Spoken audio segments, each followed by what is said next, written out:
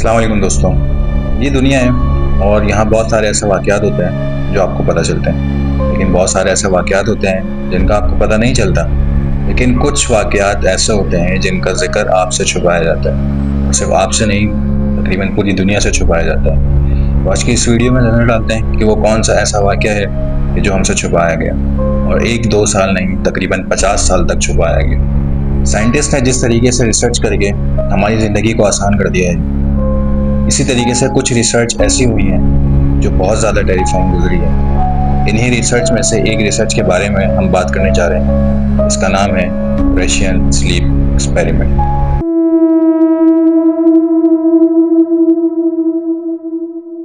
(1940) में जब world war 2 चल रही थी, तो उस वक्त के सोवियत यूनियन, जो आज का रशिया है, वहाँ के साइंटिस्ट ने सोचा कि कुछ ऐसा किया जाए कि जिससे हमारे जवान बिना सोए जंग के मैदान में लड़ सकें और फतह हासिल कर सकें। लेकिन इन सबसे पहले एक एक्सपेरिमेंट बहुत ज़रूरी था जो साइंटिस्ट ने लॉन्च करना था और इस एक्सपेरिमेंट को परफॉर्म करना था। उसके बाद उन्होंने अपना आइडिया उस वक्त की गवर्नमेंट को बताया और गवर्नमेंट ने ये आइडिया अप्रूव कर दिया, क्योंकि उस वक्त वर्ल्ड वॉर 2 चल रही थी और उस एक्सपेरिमेंट को जो लीड कर रहे थे वो एक कैप्टन थे, जिनको ये आइडिया बहुत पसंद आया, क्योंकि वो चाहते थे कि हमारी फ़ौज हर मैदान में लड़ सके और अगर ये एक्सपेरिमेंट कामयाब हो जाता है तो हम फतह हासिल कर लेंगे। फिर उसके बाद साइंटिस्ट ने 5 ऐसे कैदियों को चुना जो कि पॉलिटिकल कैदी थे, और उनको कहा गया कि आपको हम आज़ाद कर देंगे, लेकिन सिर्फ इतना करना है कि आपने 30 दिन तक जागना है। अब आज़ादी किसको पसंद नहीं थी? उन्होंने ये सुन के हामी भर ली। फिर साइंटिस्ट ने एक बड़ा सा चैम्बर बनाया, और वो चैम्बर ग्लास का चैम्बर था, काफ़ी मजबूत था। ग्लास का इसलिए बनवाया ताकि वो उसके अंदर भी देख सकें और कैदी वहाँ से बाहर भी देख सकें। इसके अलावा उस चैम्बर के अंदर हाई क्वालिटी के CCTV कैमरास लगाए गए कि वो हर एक मूवमेंट को कैप्चर कर सकें, और इसके अलावा वहाँ पर स्पीकर लगाए गए ताकि वो साइंटिस्ट उनसे बात कर सकें। इसके अलावा वहाँ पर 30 दिन का मुकम्मल खाना रखा गया, यानी 30 दिन का मुकम्मल फ्रूट रखा गया, पढ़ने के लिए बुक्स रखी गई। लेकिन एक चीज़ जो वहाँ पर मौजूद नहीं थी, वो ना तो बैठने के लिए कुर्सी और ना लेटने के लिए कोई बिस्तर, क्योंकि मेन एक्सपेरिमेंट था कि आपने बिना सोए 30 दिन तक जागना है। 5 कैदियों को चैम्बर में डालकर बंद कर दिया जाता है और वहाँ पर चैम्बर के अंदर लिमिटेड मिकदार में ऑक्सीजन गैस डाली जाती है, और इसके अलावा एक एक्स्ट्रा गैस डाली जाती है जो उनको सोने नहीं देती। 5 कैदी आराम से नॉर्मल अपनी ज़िंदगी गुजार रहे थे और सब कुछ नॉर्मल लगना था। 5 दिन तक ये सारी चीज़ें नॉर्मल चलती रहीं। कैदी आपस में बातें करते थे, हंसते थे, मुस्कुराते थे। लेकिन उसके बाद 5 दिन के बाद कुछ अजीब गड़बड़ शुरू होने लग गई। 5 दिन तो नॉर्मली गुजरते हैं, 5 दिन तक लगातार साइंटिस्ट ऑक्सीजन और वो गैस डालते रहे। 5 दिन के बाद छठे दिन वो कैदियों के अंदर कुछ एक अजीब सी चीज़ आने लग गई। उन्होंने आपस में बातें करना छोड़ दी और उनका बिहेवियर बदलने लग गया, जैसे कोई चिड़चिड़ापन। छठे दिन तो हद ही हो गई। उन्होंने बुक्स के पेपर जो उनको पढ़ने के लिए दिए गए थे, उन्होंने उसके पेपर फाड़े और अपनी शीट से, यानी पखाने से, उस चैम्बर की दीवारों में चिपका दिए, और इसके साथ साथ CCTV कैमराज में भी उसको चिपका दी ताकि कोई अंदर ना देख पाए कि अंदर क्या चल रहा है। 1-2 दिन गुजरने के बाद अचानक से चैम्बर के अंदर खामोशी हो गई, और ऐसी खामोशी ऐसा लग रहा था कि कोई भी जिंदा नहीं बचा। फिर साइंटिस्ट ने ऐलान किया माइक्रोफोन से, स्पीकर से, कि हम अंदर आ रहे हैं।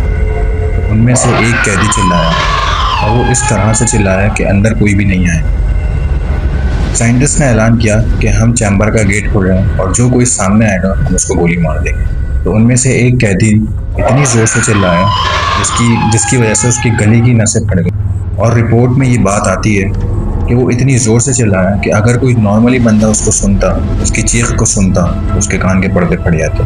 लेकिन इत्तेफाक से कि जो चारों के चारों कैदी अंदर थे, उसकी चीख की वजह से किसी को भी कोई ऐसा नुकसान नहीं पहुंचा।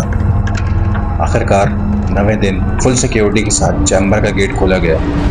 जो अंदर के मनाज़िर थे वो बहुत हौलनाक थे। फर्श पर हर तरफ खून फैला हुआ था, कैदी लेटे हुए थे। कुछ कैदियों ने अपने हाथ के गोश्त, यानी इस तरीके से नोचे हुए थे जैसे कोई जंगली जानवर गोश्त को नोचता है, यानी अंदर की हड्डियां नज़र आ रही थी। उनकी फिंगर्स फटी हुई थी, यानी उनमें से भी खून निकल रहा था और वो फिंगर्स की हड्डियां भी दिख रही थी। ये सारी चीज़ें वो अपना यानी ऑर्गन्स जिसे हम कहते हैं अपना खा रहे थे। एक कैदी की तो हालत ऐसी थी कि उसका पेट मतलब मुकम्मल तरीके से फटा हुआ था और अंदर का लीवर वगैरह सारी चीज़ें सब दिख रहा था। उन पाँचों में से एक की तो मौत हो गई थी, लेकिन जो 4 बचे हुए थे उन्होंने कहा था कि हमें इस चैम्बर में ही रहना है, हमें इस चैम्बर से बाहर नहीं निकलना। बड़ी मुश्किल से और बड़ी सिक्योरिटी के साथ साइंटिस्ट उन कैदियों को बाहर निकालते हैं और इलाज के लिए ऑपरेशन के लिए लेके जाते हैं। जब वो ऑपरेशन के लिए लेके जाते हैं तब एक नॉर्मली बेहोश करने के लिए एक इंजेक्शन लगाया जाता है और उस एक इंजेक्शन से कोई भी बंदा आराम से बेहोश हो जाता है, लेकिन उन कैदियों को 8 इंजेक्शन लगाए गए जिसकी वजह से वो भी बेहोश नहीं हुए। उनका ऑपरेशन उसी तरह से किया गया यानी जब वो जिंदा थे। और इत्तेफाक की बात ऐसी है कि जब वो उनका ऑपरेशन चल रहा था तब वो कैदी हंस रहे थे, मुस्कुरा रहे थे, ज़ोर ज़ोर से हंस रहे थे, यानी उनको मज़ा आ रहा था।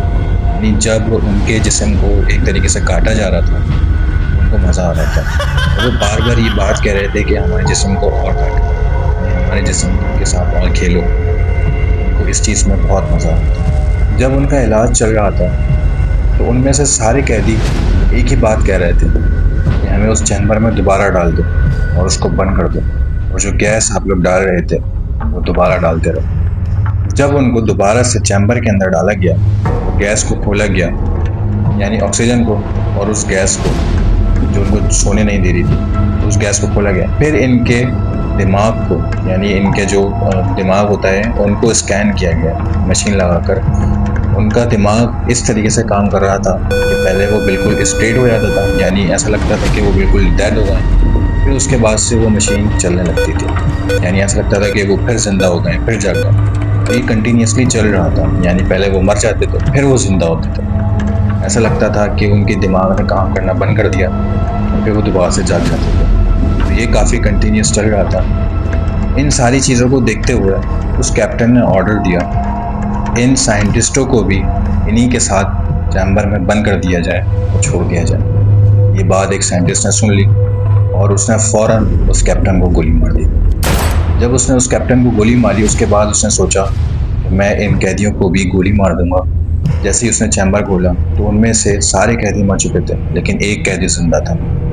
वो उस कैदी को बाहर लेकर आता है, दोबारा ऑक्सीजन वगैरह उसको लगाई जाती है, दोबारा उसको बेड पे लिटाया जाता है ऑपरेशन के लिए। वो तब भी मुस्कुरा रहा था, तब भी ज़ोर ज़ोर से हंस रहा था। तब वो उससे सवाल पूछता है कि तुम कौन हो। तो वो बोल तो नहीं पा रहा था कैदी, तो उसको फिर कॉपी और पेपर दिया जाता है लिखने के लिए। तब वो उसमें बहुत सारी चीज़ें ऐसी लिखता है जिसमें से कुछ चीज़ें सामने नहीं है और कुछ चीज़ें मैं आपके सामने रखूँगा। वो ये थी कि मैं वो हूँ जो हर इंसान के अंदर मौजूद है, यानी मैं वो हूँ कि अगर तुम नहीं सोगे तो मैं तुम्हारे अंदर से बाहर आ जाता हूँ। मैं वो हूँ जो इसी तरीके से रहना चाहता हूँ, लेकिन तुम मुझे सोने के बाद अंदर दबा देते हो। यानी अगर आप नोट करें तो कोई शख्स अगर नहीं सोता तो उसके अंदर चिड़चिड़ापन सा आता है। वो एक दिमागी तौर पे थोड़ा सा मेंटल टाइप का हो जाता है कुछ टाइम के लिए, लेकिन हो जाता है। वो नहीं सोता। जब वो कोई बंदा बिल्कुल अपनी नींद जो 8 घंटे की नींद होती है पूरी करके उठता है वो बिल्कुल फ्रेश होता है। लेकिन अगर किसी शख्स की नींद पूरी नहीं होती तो उसके अंदर जो चिड़चिड़ापन होता है, वो कह रहा था कि मैं वही हूँ जो हर इंसान के अंदर मौजूद है, लेकिन नींद पूरी करने के बाद और सोने के बाद तो मुझे दबा देते हो। मैं आज़ाद होना चाहता हूँ, मैं इसी तरह से जीना चाहता हूँ।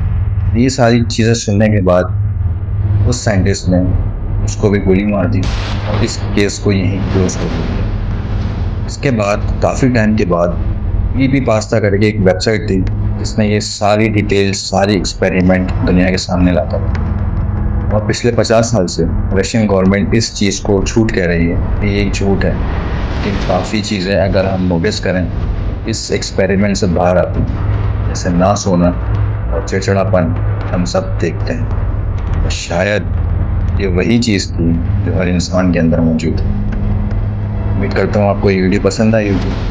अगर आपको ये वीडियो पसंद आई तो इस चैनल को सब्सक्राइब कर लें। इसी तरीके की और वीडियोस और टेरिफाइंग वीडियोस इंशाल्लाह मैं आपको लेकर आता रहूँगा। अल्लाह हाफ़िज़।